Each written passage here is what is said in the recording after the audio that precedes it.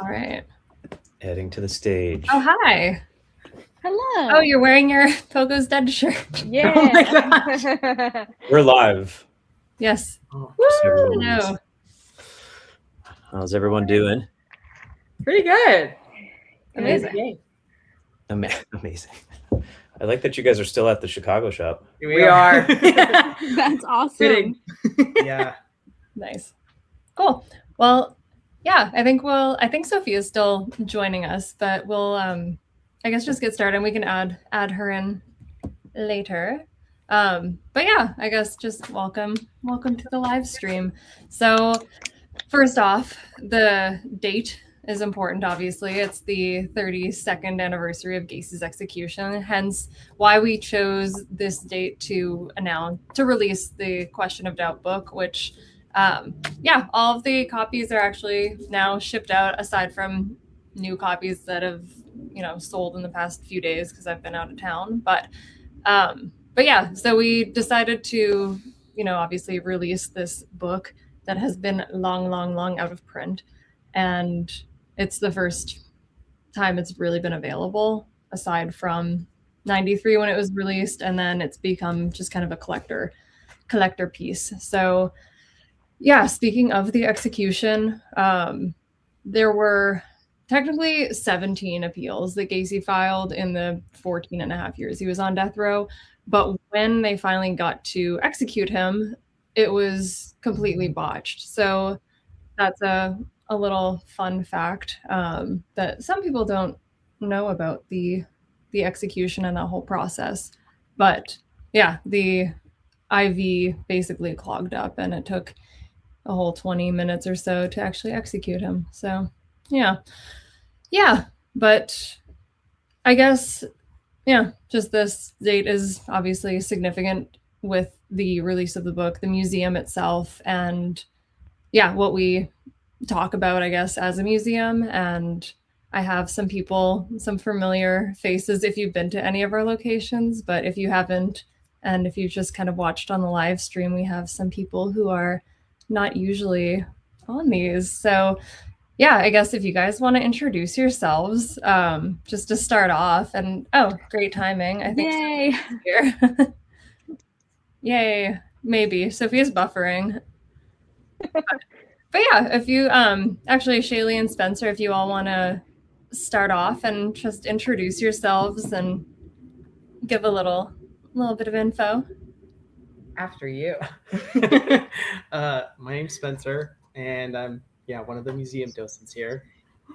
And I'm Shaylee Bowman. I'm also one of the docents here at the Chicago-based Graveface Museum. Woo! Amazing. Oh, hi. Awesome. And so Sophia's lagging a little bit, but yeah, Annette, if you wanted to introduce yourself. Sure.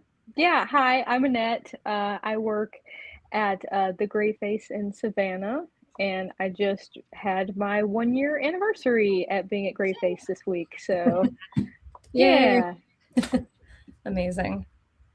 All right, Sophia, can you hear us? I think that's a no. Aw. Yes. Oh, okay. All right. Is Sophia, I think her connection is not the best. It's like she's back in time. She's miming. Okay. Well, I don't know if you can unmute yourself, but yeah, if you want to introduce yourself. I'm using ancient technology. Hello. Welcome. Sorry. We can hear you. Oh boy. Yeah. Oh no. Sophia, you need to go to better internet. Sophia's on another planet. Or try your phone, because it worked really well on my phone. Can you hear me? Yes. Yeah, it's just you look like you're moving in slow motion. Well, at any rate. At any rate, we'll come back. She'll figure it out. She's got this. All right. So I guess just actually starting out very quick because yeah, again, you guys aren't usually on these live streams, but I thought it would be interesting, Annette, because you just were in Chicago recently and you did a whole kind of Gacy tour. Could you talk a little bit about what that was like and kind of what you ended up seeing? Because it seems significant. Yeah, it was insane. And I'm really glad that that's something that I decided to do while we were there. Because Chicago's been on my bucket list for a long time, just because of the food and just the architecture and everything. It's a place that I've always wanted to go. But my partner and I, we decided, we're like, hey, we want a vacation and we're going to go and we're going to do it. And we literally started the trip. And I got to give a shout out to Connor. He may not be watching this right now because he's still at work, but he is a trooper, because one of the main things I set out to do was to try to see as many of the boys, the victims' graves, as possible. And unfortunately, we only got to about 3 because a lot of these places, a lot of these graves have not been maintained properly for many years. But it was just really important to me because, I don't know, I talk about these people every day. And as crazy as it may sound, I do feel connected to these people. And it's really important to me, to try to keep the boys' memory alive. So it was a lot.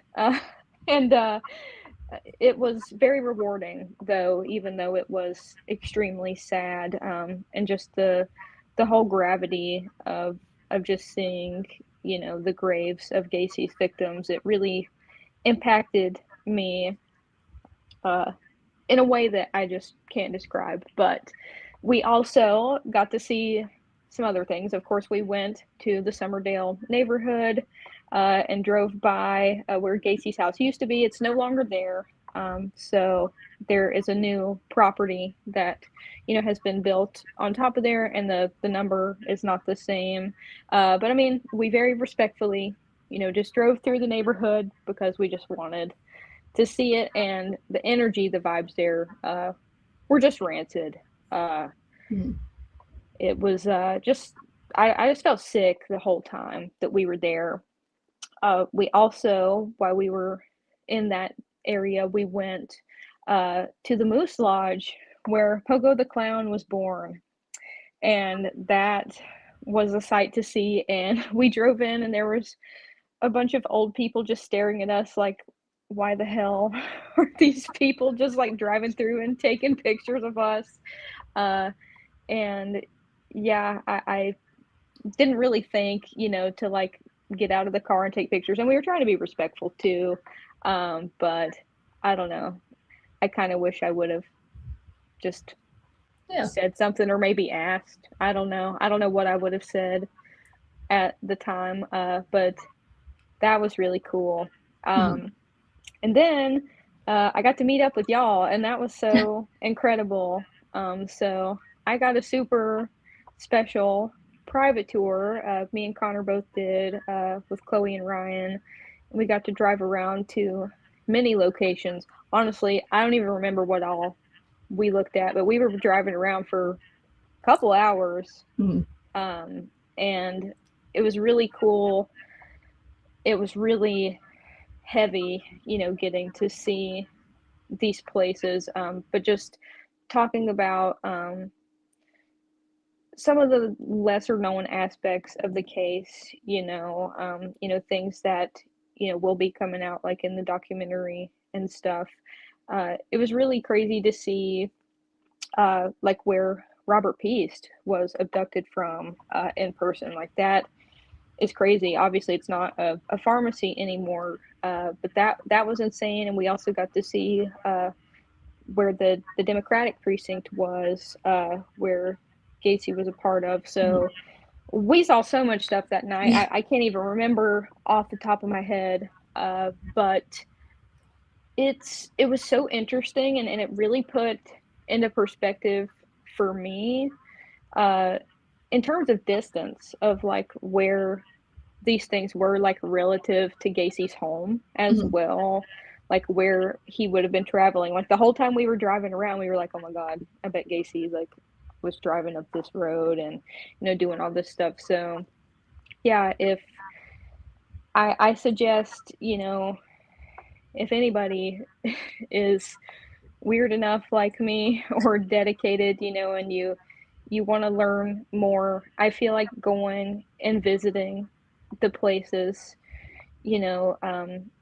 especially these cases that are really important to you. I think it's important to go to the place. I don't know. It really made an impact on me, and it has made giving tours and stuff at the museum.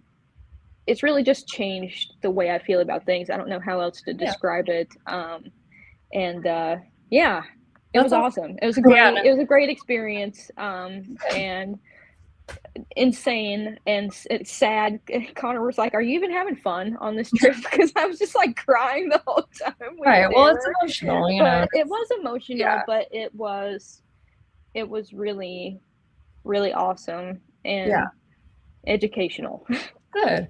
Yeah, no, I feel like you had a lot of good points. Like there's so much gravity when you're close in proximity to these things, and being able to actually see locations and things up close and personal does give a whole different perspective. And yes, driving around with Ryan, because right now he's sitting in like the main Gacy research laboratory. There's a lot there's a lot behind you. Actually, do you want to tell us a little bit about what the stacks of boxes are behind you, Ryan? What?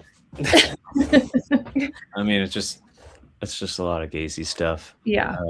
Just to give some perspective, because I think that there's I can't move my body. There's 3 massive file cabinets that are full of PDM, his company records that everyone said were long gone, but I own them. One is dedicated to letters from his confidants to his confidants, I should say. And then, this is the Randy White living estate, the Craig Bali living estate, the Grexa, unfortunately not living estate, the Liz Hager living estate.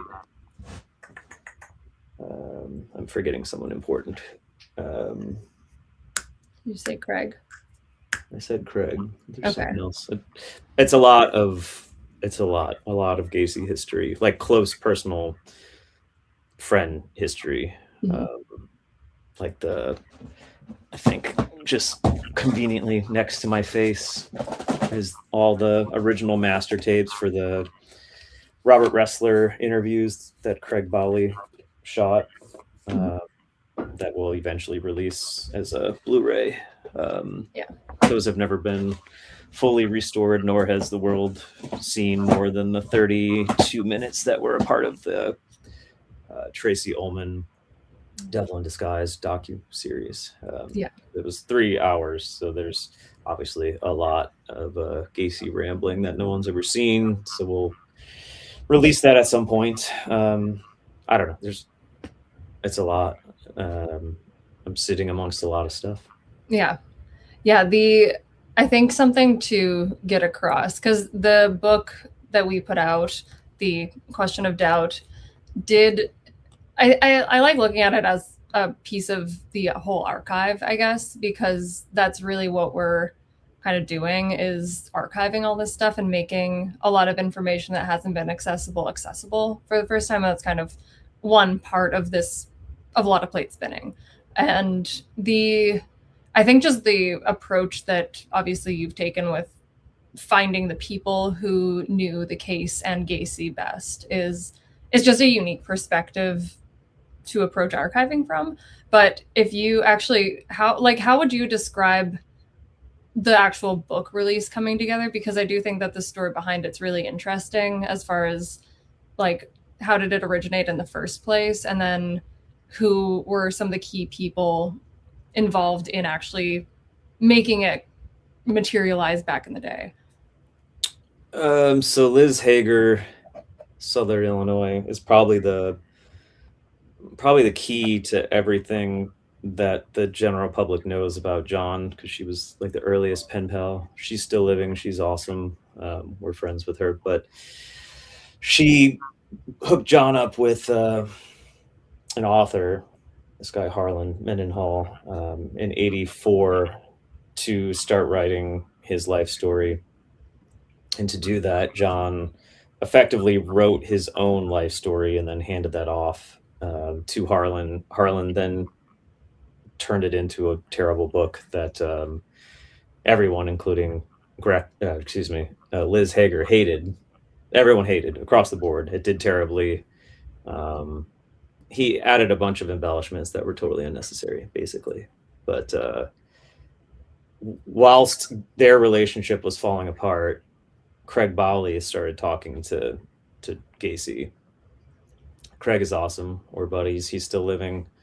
Good dude living in New York. If you've seen Tracy Ullman's Devil in Disguise, he's heavily featured in that. But so yeah, they started a friendship, John and Craig, and Craig worked for HBO, hence this Robert Ressler tapes that I was just showing. That's how that all came to be. But during all of that, John was like, I'm pretty dissatisfied with how this whole book situation went. I'm filing all these appeals. I'd like to actually pivot my focus to writing a book about specifically the trial, because the trial transcripts, of which there's, 30,000, those aren't available anywhere. The general public cannot read those. Even to this day, there's maybe, I know Mike Rossi's is on archive.org. And so that means someone probably filed a FOIA to get that, but they're not public. I mean, it would be difficult to own or see all of them. I, of course, have Gacy's copies, and who else? I have Kunkel's copies too. So I've got, for some reason, 2 full sets. So seriously, like, it could be 60,000 pages of these trial transcripts. So John took sort of his with the greatest hits from trial as his annoying brain sees them, even though they're really like largely John's ability to focus on things that don't matter is pretty significant.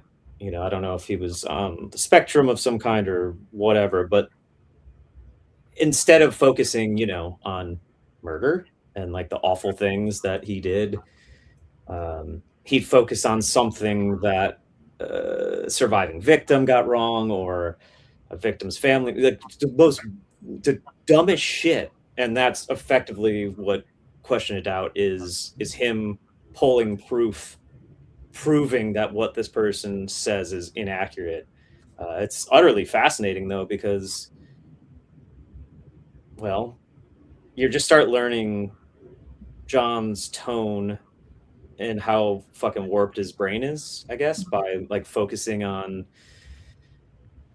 the fact that he was obsessed with such minute detail.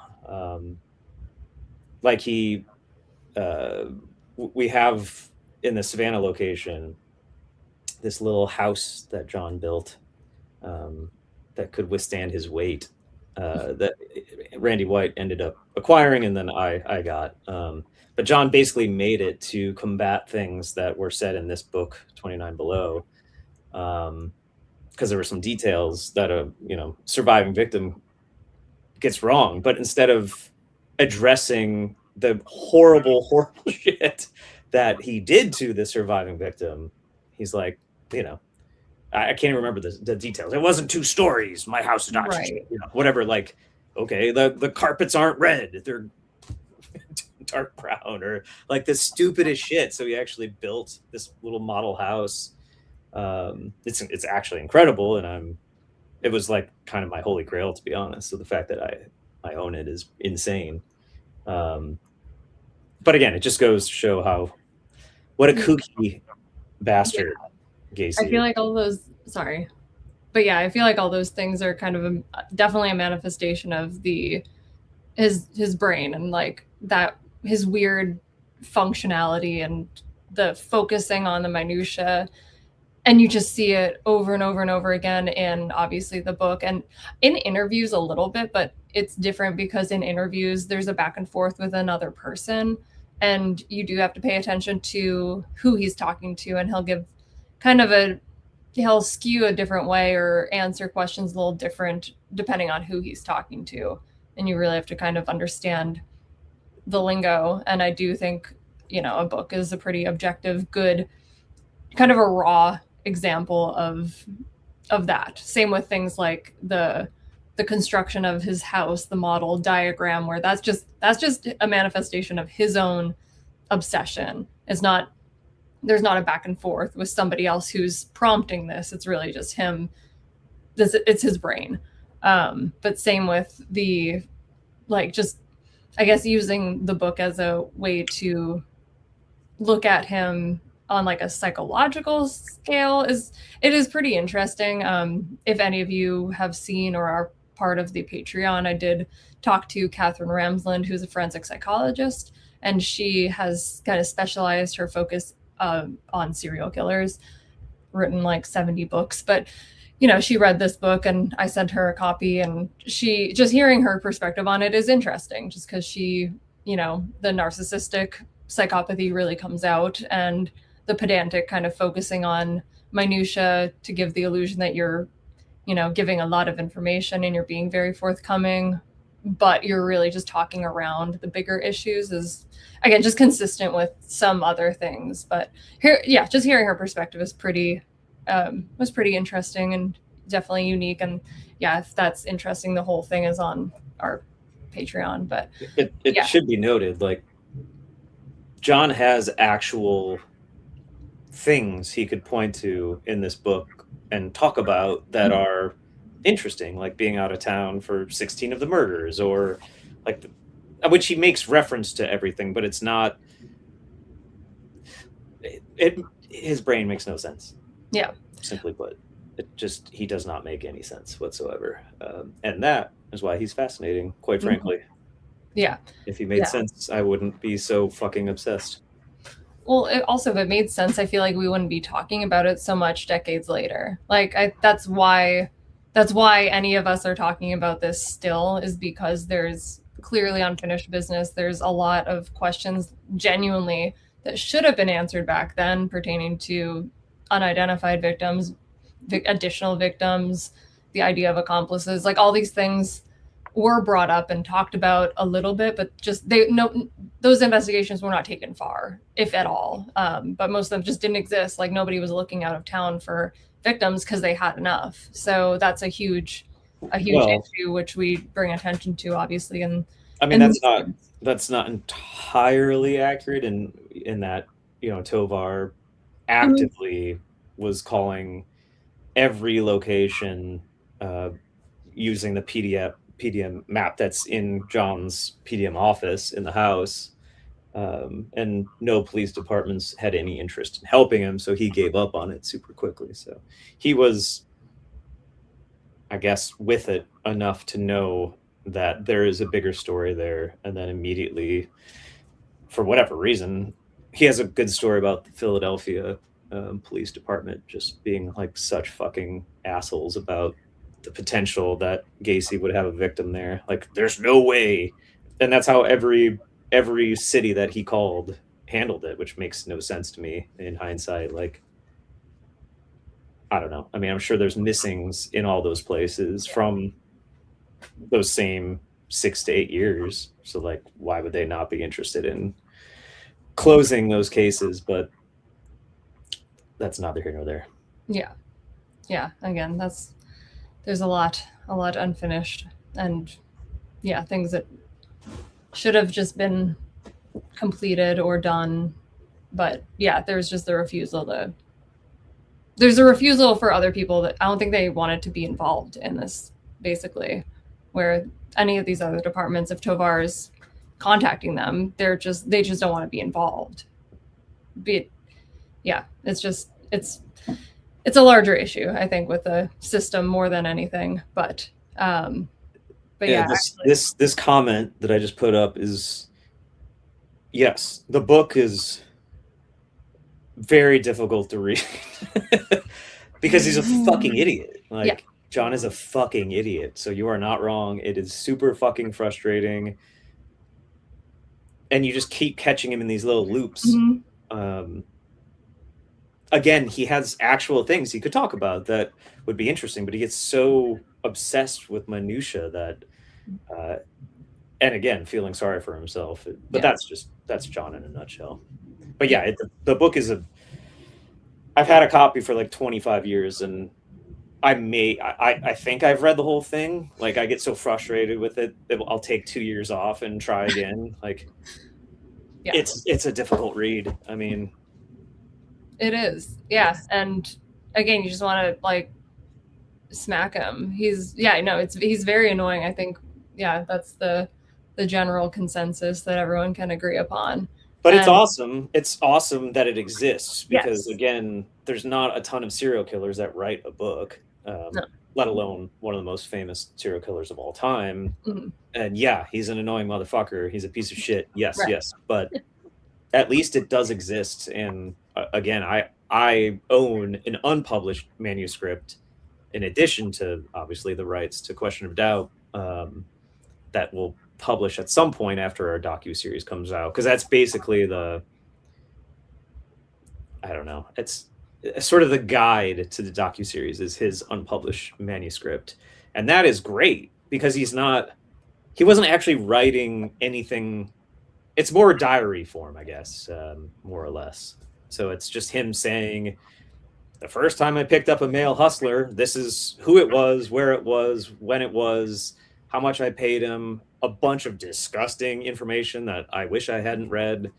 And, but there's so much detail, addresses, and it's so detail heavy, exactly like Question of Doubt. But the Question of Doubt, he knows someone's going to read it. So it's far more annoying because he is adding like a sort of personal touch, whereas the unpublished manuscript, which doesn't talk about the trial at all, it's basically from age 5 until his arrest.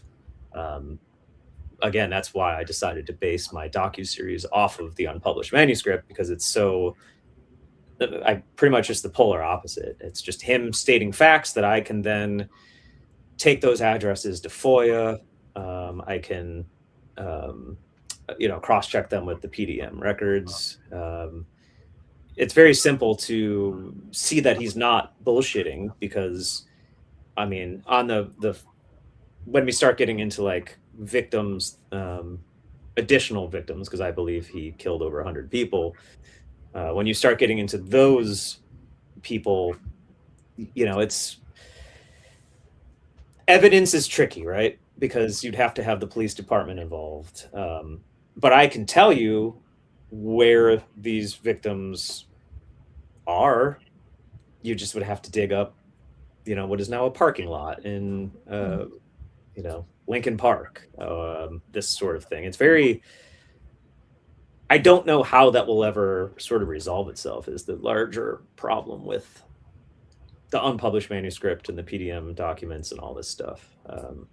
It's very tricky, but I suppose that's the whole point of making the docuseries, is in the hopes at the end of each episode, I plan on putting some sort of call the Cook County Sheriff if you want to reopen the investigation, which is sort of the wrong phrasing, because it technically is open because there's unnamed victims, but need to figure out some sort of public action that would hopefully result in me showing enough proof of all these victims, and then suddenly the Cook County Sheriff's interested, But we should talk to Shaylee and Spencer. They're just sitting there like little sweethearts. I was going to get to them next.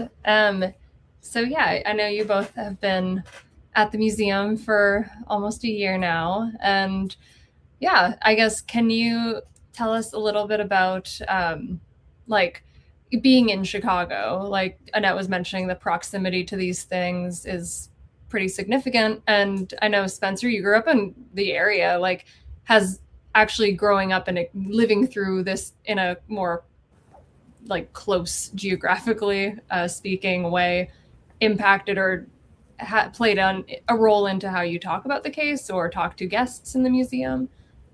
Yeah, I mean, I feel like a few times I've brought up that I was like 12 when Gacy was executed. I don't remember a lot of things in the news when I was that age. I was pretty obsessed with like comic books and cartoons and candy. But I do remember when Gacy was executed. And I, we had, their WGN, was reporting outside of the Menard prison. And I just remember as a kid watching that on TV. My mom was really kind of obsessed with clowns, and she also had a boyfriend for a while who was on death row and executed on death row, and I think was in Menard, claimed to be in Menard with John Wayne Gacy. No, that's what? Wait, hold on. Wait. Who? But I don't know if you know, his name is George Del Vecchio. I should have. I don't know why it never occurred to me to mention this to you. How could you not have mentioned that? That's fascinating. I don't know. Answer in a nutshell. What's funny is my mom is so weird. I never thought to look up this person myself, but my mom was really interested in this case because she was just a big clown person. She had a lot of clowns, and so that was how I grew up with it. My grandfather was a police officer in Villa Park.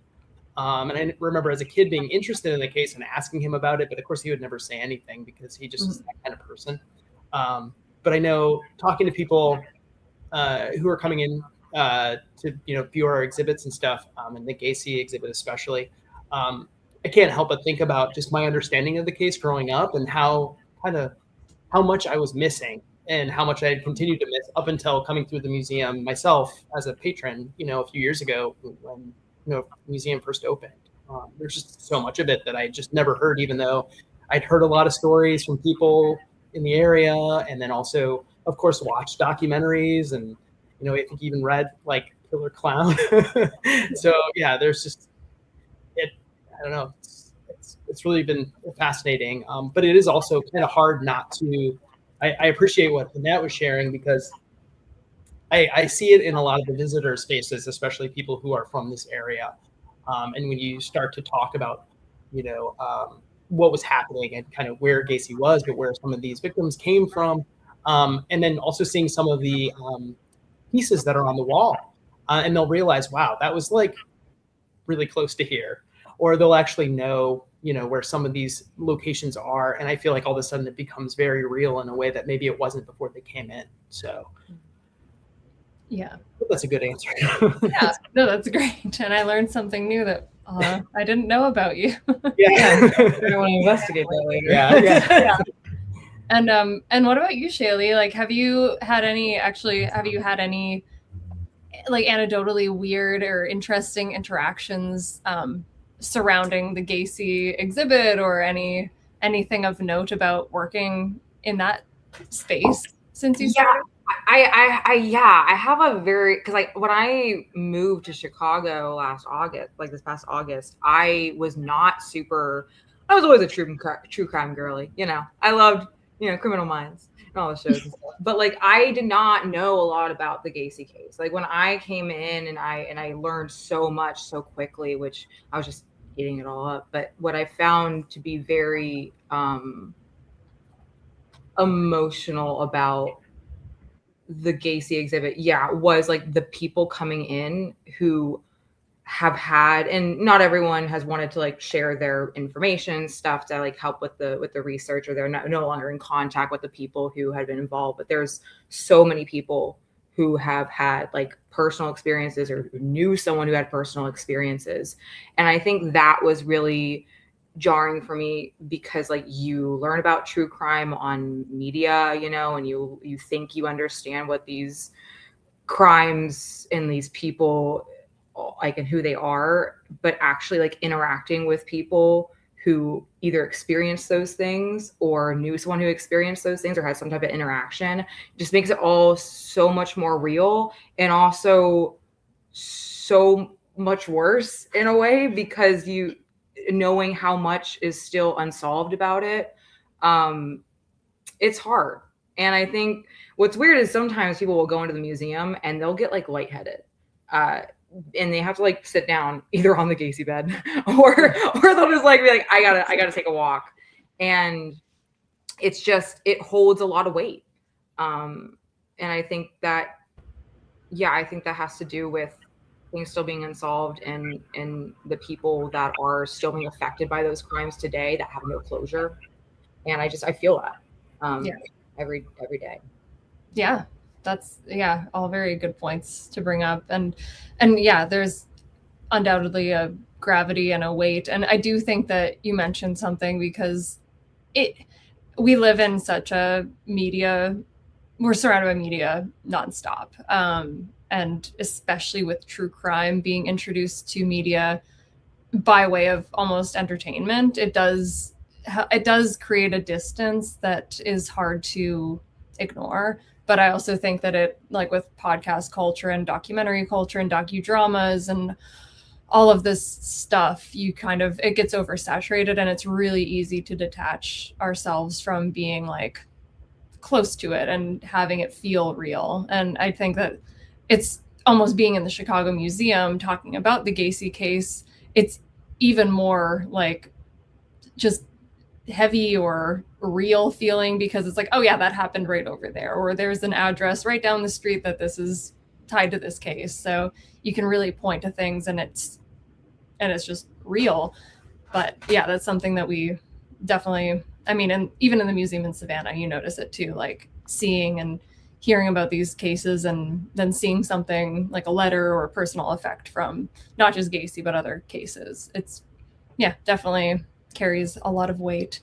And I think one other thing I would like to get your thoughts on was the idea that there's so much more to the case left to be solved. Obviously, there's unidentified victims. There's 5 at least, but we think there's many more, unfortunately. Beyond that, do you guys have any thoughts on the fact that the whole idea of accomplices was not addressed in that initial investigation? Do you have any personal things that you usually talk about on that front when you're in the museum, or anything like that? And that goes to anybody. Oh, I got a lot of thoughts. I can go first unless they want to go first. Sure. One thing I've been pointing out lately to guests, so in the Savannah location, is the timeline. So we have the timeline up near the victim wall. So you can clearly see that the number of victims skyrockets after, Gacy has help digging all the holes in his crawl space from 1976 onward until he gets caught. So, and just putting that into perspective, and the fact that there is no cooling down period for Gacy, and that so many of these victims were killed so close together, some of them even killed on the same day even, it's just really uncharacteristic of a typical serial killer. Not saying that it's not impossible, but it's just very strange. Another thing that I really like to point out, I don't remember if y'all have this in the Chicago location or not from my visit there, but in Savannah, in the plastic, the case that's over there against the wall, the sheet that shows just the many different places that Gacy was doing contracting work in other states. I have been, talking about that a lot with guests, and I'm just like, look at all these many different places. Like, it's all over the US, and the fact that none of these places were never looked into is fucking crazy. And, we have proof on our victim wall back there. There's an Ace Hardware receipt. There's a plane ticket. Like, you can clearly see Gacy is out of town while victims are still going missing. So what was happening at his home, and, these other people that had keys, that had access, to his home, and the fact that Gacy was naming names from the very beginning, of these other people that were involved. And like, I get it. I know Gacy was a bullshit artist, and he spoke in riddles a lot, and it would make a whole lot of sense for him to just try to throw other people under the bus. But I do think there were sprinkles of truth in a lot of this stuff that he was saying, and like we have the evidence, it's there. And I think for guests especially to see these tangible pieces of evidence, it's like, oh, we're not just pulling this out of our ass and saying that, you know, like these victims went missing while Gacy was out of town. Like you can clearly see, like, here are the receipts essentially. So it is very frustrating. And before I even came through the museum just as a patron, I thought I knew a lot about the Gacy case. And then I came in there and I had heard rumors that there had been like potential accomplices, but every single, you know, piece of media that you hear about Gacy or like the documentaries that are out there, they just kind of glance over it and they're just like, these guys, you know, they had no idea, you know, why they were digging holes underneath this house, or, you know, why would this guy who's associated, you know, with this sex trafficker, you know, be, you know, working for PDM, you know, it's just, it really opened my eyes a lot, you know, just coming through as a visitor and now, you know, after working at the museum, it raises my blood pressure a lot. And I just think it's so unfair. Like these poor families, the ones that are still living and that are still with us, you know, have gone 50 years, some of them even longer than that now, not knowing what happened to their loved one, and the fact that no justice came about for anybody else involved, I think is bullshit, frankly. But yeah, that's my opinion. If y'all would like to share yours. Yeah. Do you guys, anybody have anything to add to that? I mean, definitely we do. I mean, I think we both talk about the timeline for sure, and just like the spike in murders between those periods, with like Philip Paskey being, and then Michael Rossi and David Graham. But I also sometimes I mention his late wife, Carol Hoff. I don't want to butcher her name. I believe that was her name. But her talking about the like the crawl space and the size of the crawl space and how small it actually was, because we have like a small diagram of the house and like the blueprint of it, essentially like a copy of it in there. And I'll point to people and I'll say it was in this tiny space, and like it was so small he could not have gotten in there, like not by himself, right? Obviously the ones underneath like the floorboards, right, in the living room, like that was obviously, but I feel like there are a lot of people that come in and they just kind of know the most superficial parts of the case, and then when you kind of just lay out some of the facts, they're really surprised to hear that, you know, he was like 50 years old almost when he was arrested, and he weighed almost 300 pounds.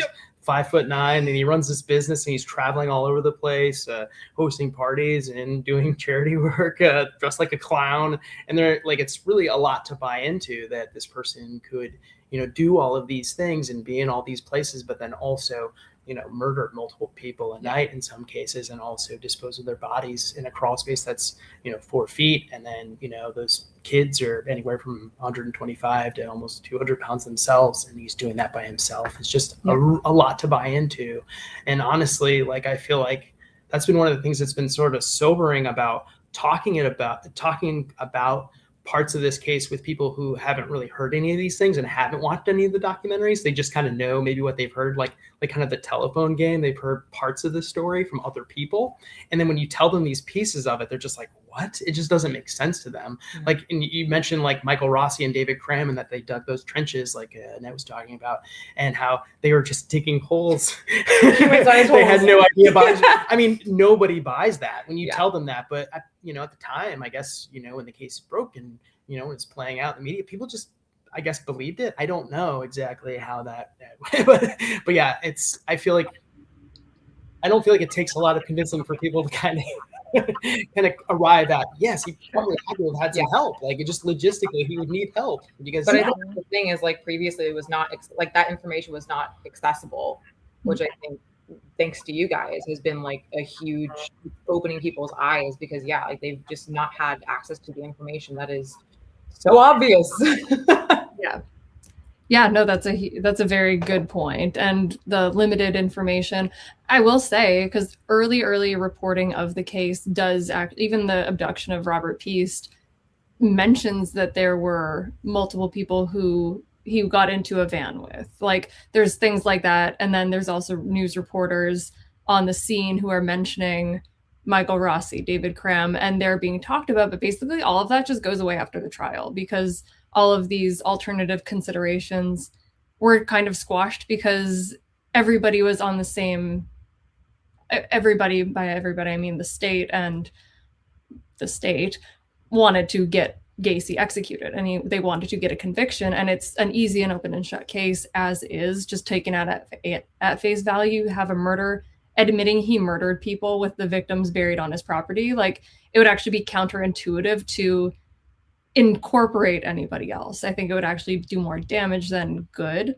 So it was basically weighing their options of like, well, we got this guy and nobody's mad that Gacy's getting arrested and eventually will be executed because he's guilty. So that's good enough, is basically where it stopped, unfortunately, as far as where the case went. And post-trial, you just don't really hear anybody mentioning this stuff because all of the trial stuff in the official narrative in that capacity is what most of the books were more or less based on, as far as timeline and chronology, but also documentaries and podcasts, and just like everything that we have to source is more or less the information that was what was presented back then and agreed upon. Like, okay, this is the story, no need to look any further, was kind of how it was all presented. But yeah, did we actually, because this is later than I thought, do you want to get into any questions? See if we have any here. Somebody I know early up was asking about the raffle. The raffle was actually, that was announced on May 1st. So we do have a winner, and his copy was shipped too. And then I think Sophia asked, what about ground penetrating tech?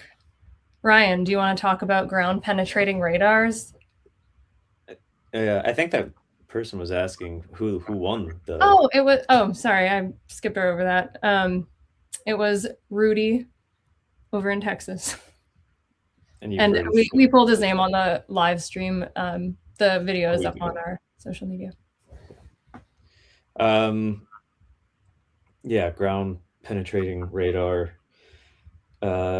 They did that with the Miami Avenue property. If anyone watched Ullman's doc, it revealed some cool stuff actually, but I mean, everything Chicago comes back to politics and these elected officials like Thomas Dart, who, God forbid, I'm sure he was told when he got that gig to keep the Gacy case open, right? And you can't add more victims, and they seem to have we can dig right here and prove that there's no more bodies, but where the radar actually shows there are bodies, we're not going to dig there. It's that sort of mentality. So, yeah, I basically just need to befriend a company because I don't have any money. So I need to befriend somebody that has those devices, because I've got a multitude of properties around the country that I feel pretty confident he was burying in.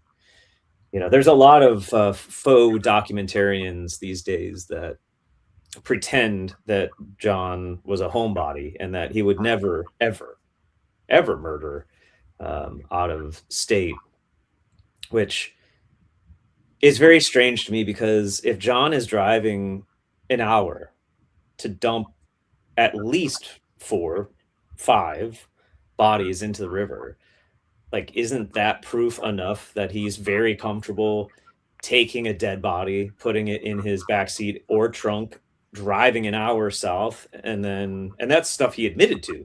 That's not even the shit that he denies. So, there's a lot of so-called experts that might be nice enough people, but they're unfortunately making documentaries that are really just referencing the police narratives, and the police narratives are bullshit, entirely bullshit, because the police that I've interviewed said it was bullshit back then, but they were told what to do by Kozenzak. So it's like, I don't know.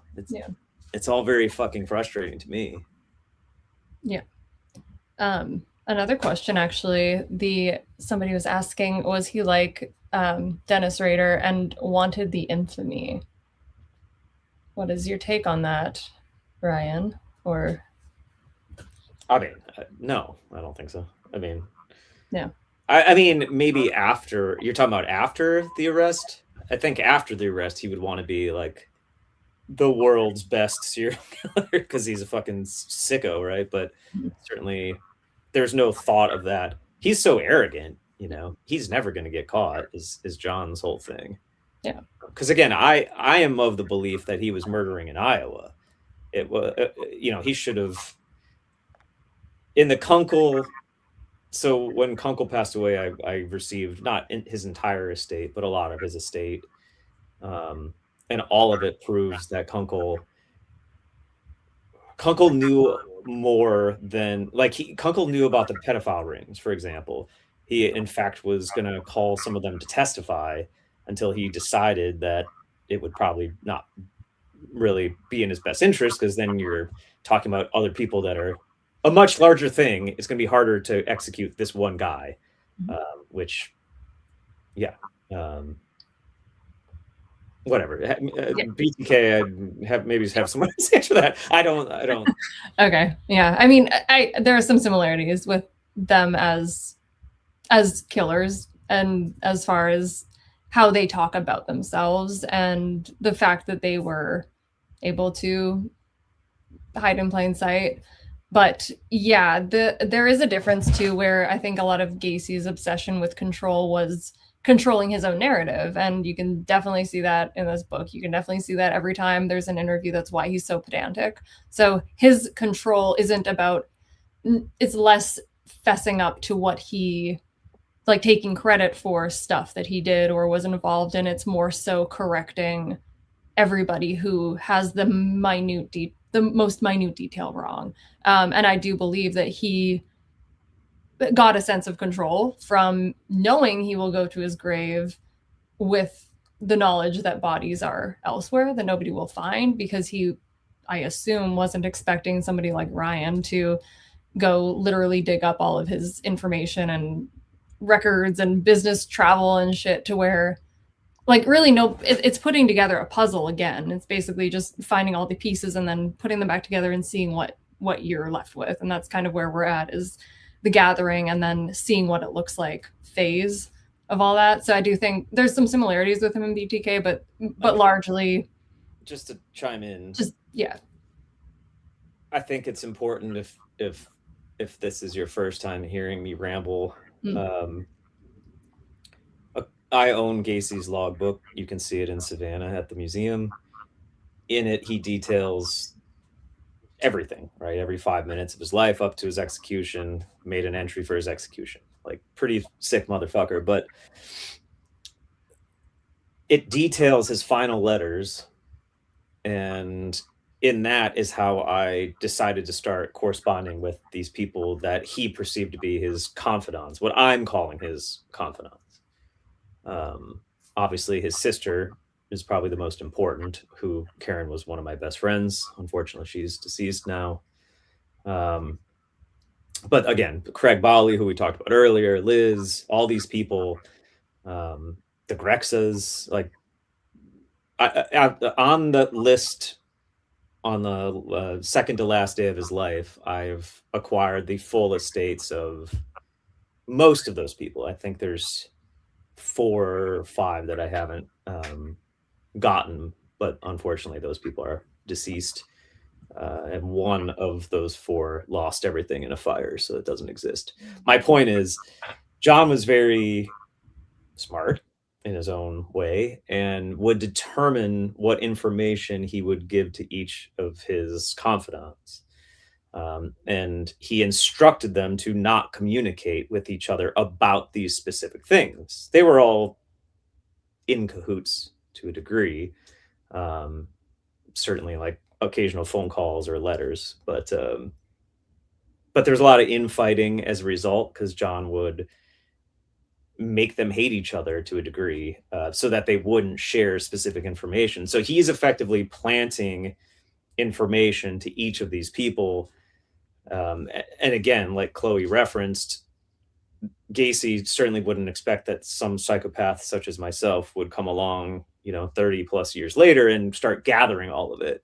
And that is the puzzle that she was referencing. So I just think it's important to have clarity as to what you're talking about. Otherwise, there's no clarity.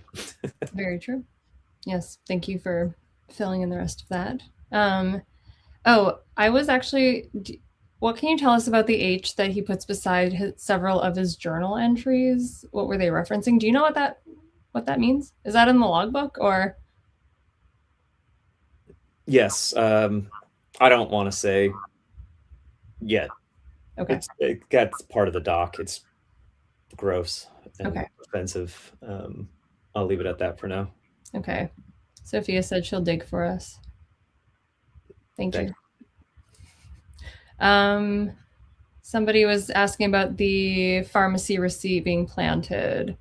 Anything of note with that? I don't want to get into this. We can. Yes, I've heard it. I know, Bob. Let's just say it doesn't matter. Not that. No, it doesn't matter. That's fair. I mean, that's kind of been my look at it too. There was so much other stuff. Yeah, it's just one of these things that's it's so small, and I understand why he harps on it, like this huge revelation. Half of the detectives that I've interviewed have said that was known fact, and half have said that it's not. I just don't think. I've listened to that episode, so I understand from his perspective why he believes it's the most important thing that no one cares about. It doesn't matter. It just doesn't. It doesn't matter at all. I understand why he's saying it matters. It doesn't. I'm glad he exists. I'm glad he made that podcast, but it's I think he was hoping, I know he was hoping that would go viral and that would effectively get him some sort of Netflix show, because he's talked about that was his intent. And I think if you have noticed, once that didn't happen, all that just went away. So I think it's kind of proof that the fact that it didn't go viral, the fact that it's not that important, and the fact that he kind of gave up on that whole thing when it didn't go viral is proof to me that my initial suspicion that it's not that interesting of a piece of information is accurate. Yeah. Again, I think it's just in the grand scheme. It just is it's a detail. It almost is like focusing on the minutia of, again, the end result will be the same either way. They were going to get into that house, and did that get him arrested? No. The fact that there were bodies under his house did, but I see what you mean. But what has been your favorite part while picking apart this whole story? Me? Sure. Or yeah. I don't know. You talk. How about somebody else talks? How about we adapt that to talking about this case in like a museum setting, and what has been your favorite part to introduce to people that is kind of newer information? Because there was a follow-up in regards to new information found. So stuff that isn't in the public narrative and in the, just what we collectively know about the Gacy case. Whoever wants to start. If anyone has any favorites. Y'all want to go first? I don't know how new it is in relation to everything else that you guys have been doing recently, but something that I have found that people are so surprised by is that the killer clown thing was like media based. That like they are shocked to learn that like Gacy's clowning had nothing to do with his murders. That like he was not killing people in clown suits. He was not like molesting people in clown suits. Like he just did clowning part-time, probably like one of the most normal parts of his life. Did it part-time, he enjoyed it, did it for like nursing homes and hospitals, like for elderly people. Like he did some for birthday parties, but that was when he was asked to mostly. So it's like, they find it really fascinating and shocking. And that's one of my favorite things to tell people, because almost every single person is like, what? He didn't? Because like if they don't know a lot about Gacy and they just hear like the dog whistle killer clown, you know, that's what they assume to be fact. Yeah. Do you have any, Annette or Spencer? Spencer, do you want to go first? Oh, not really, but I will. I could go if you don't want to go. Yeah, you're welcome to, and then I have something. Yeah, Shaylee, that was a really good point because that's one of my favorite things to talk about as well. I don't know. There's so much in that exhibit that I really enjoy getting to share with people. But gosh, if I had to choose, my favorite thing to talk about in that exhibit, you know, is the victims because it's all about them. And I think a lot of people don't know this, you know, because we bring up David Crim and Michael Rossi. But one of the cool things about Question of Doubt is it has all of these unreleased trial transcripts that are in there, including, you know, Michael Rossi admitting, you know, to forging John Zick's signature and making it look like, you know, he had sold his car to Gacy and he was driving his car around town, you know, and things like that. And, you know, even for some of my guests that have heard, you know, of Cram and Rossi, you know, in some podcast or whatever, whenever I mention that piece of information, and I'm just like, you know, these guys were not as innocent as they're made out to be, you know, and you know, specifically with spreading around the quicklime down there too, you know, to cover up the smell. I just think it's really important, and you know, just sharing, you know, this new information, you know, whether it's new to a guest, or it may not necessarily be like new information, and just sharing like, I don't know, like these specific connections that weren't made public. I don't know. I'm rambling at this point, but yeah, that was poorly worded.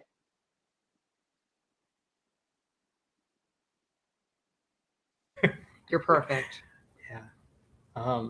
Well, I feel like I don't know if mine's going to be so profound or insightful, but I do know that I like something I've noticed just over the course of the last year. I think just because of maybe all the things that are happening in like the media with this country, a lot of people just like, even before you even get to even mentioning, you know, the document that we have on the door here about the, you know, human trafficking ring, people are just automatically, they just like are, oh yeah, and they are like filling in all the blanks, and you kind of want to slow them down and just kind of say, we're not saying that Gacy was like, you know, in charge of all of this, but I think it's helpful for people to kind of realize that, you know, the thing that makes Gacy exceptional, which, I mean, I think you guys are totally right, he's really fascinating in that his brain was just the messiest, weirdest thing.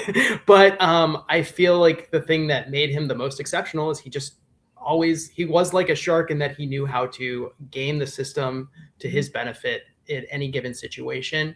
And I feel like he ran with and knew of people who were very much the same way. They operated the same way.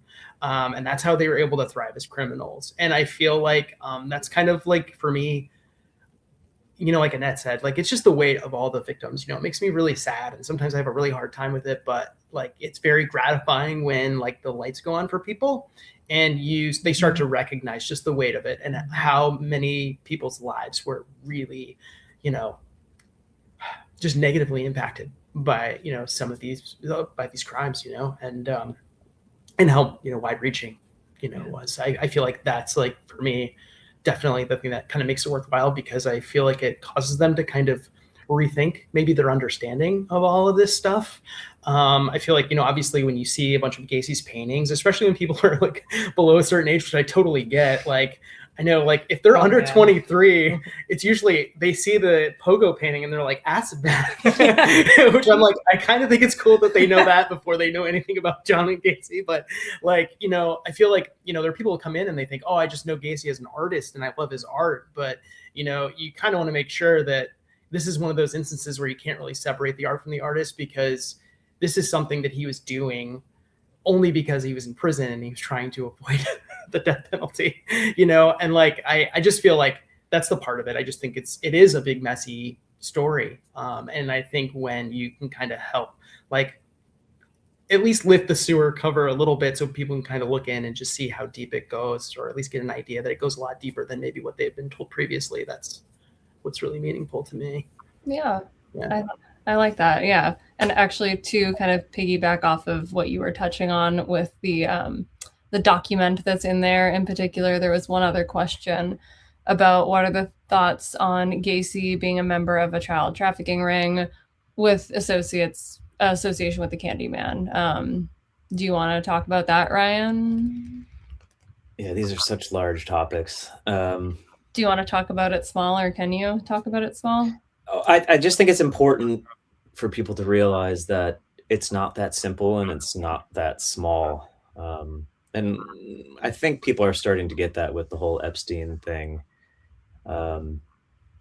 Like John David Norman is an important figure, and that you can kind of connect him to all these other horrible humans throughout history from, you know, the 1950s until what he died, 2009 or whatever. But he's not, and Spencer just nailed it, actually.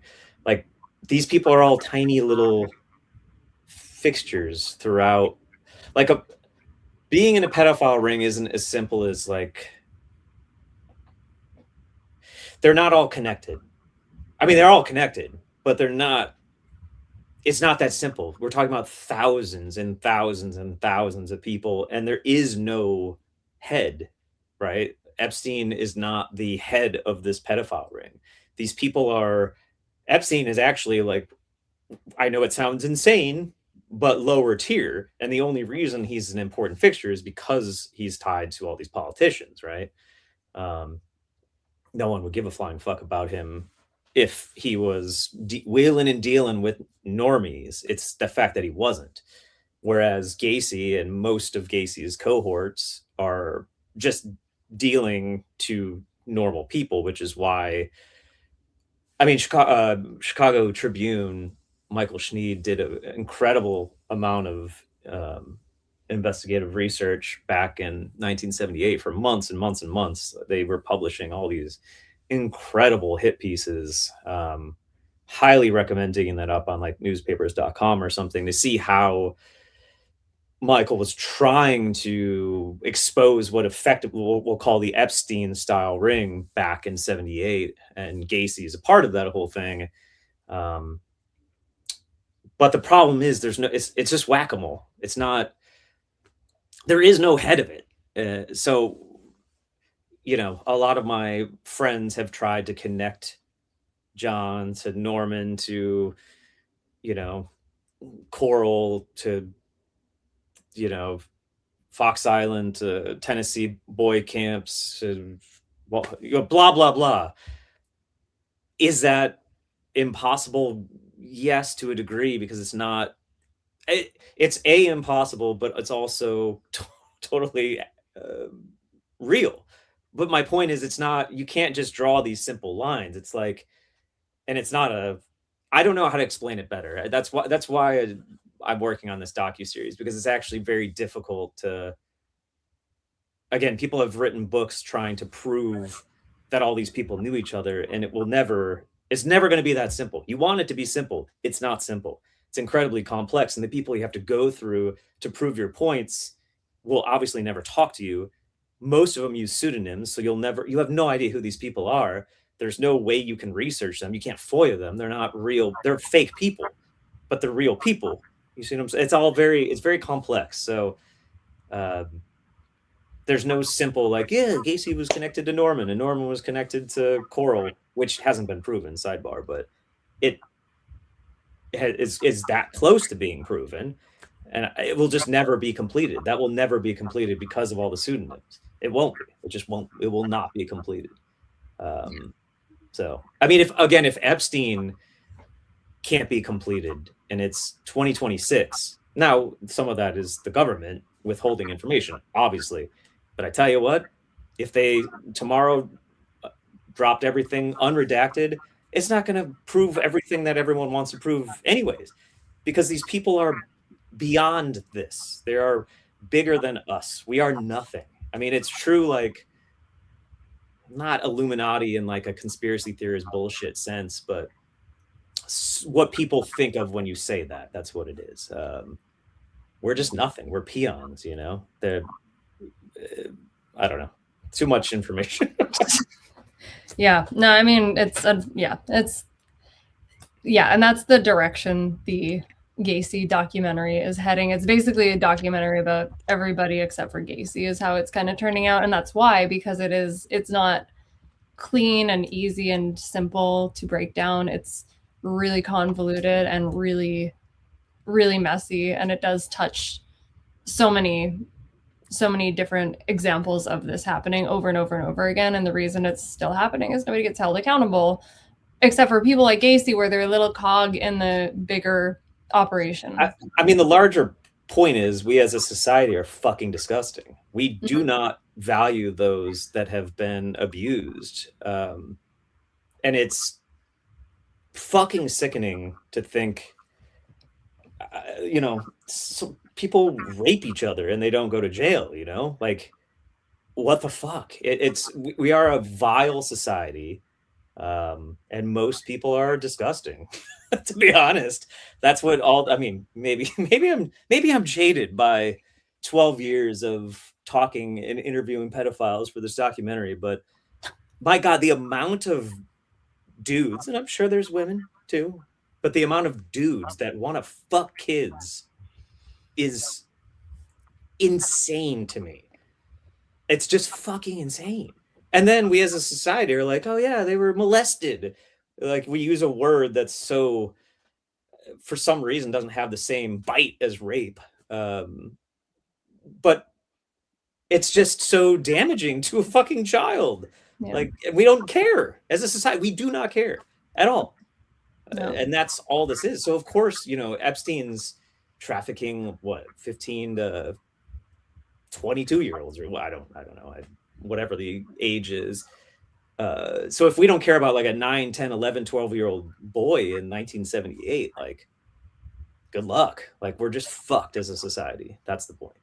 Yeah.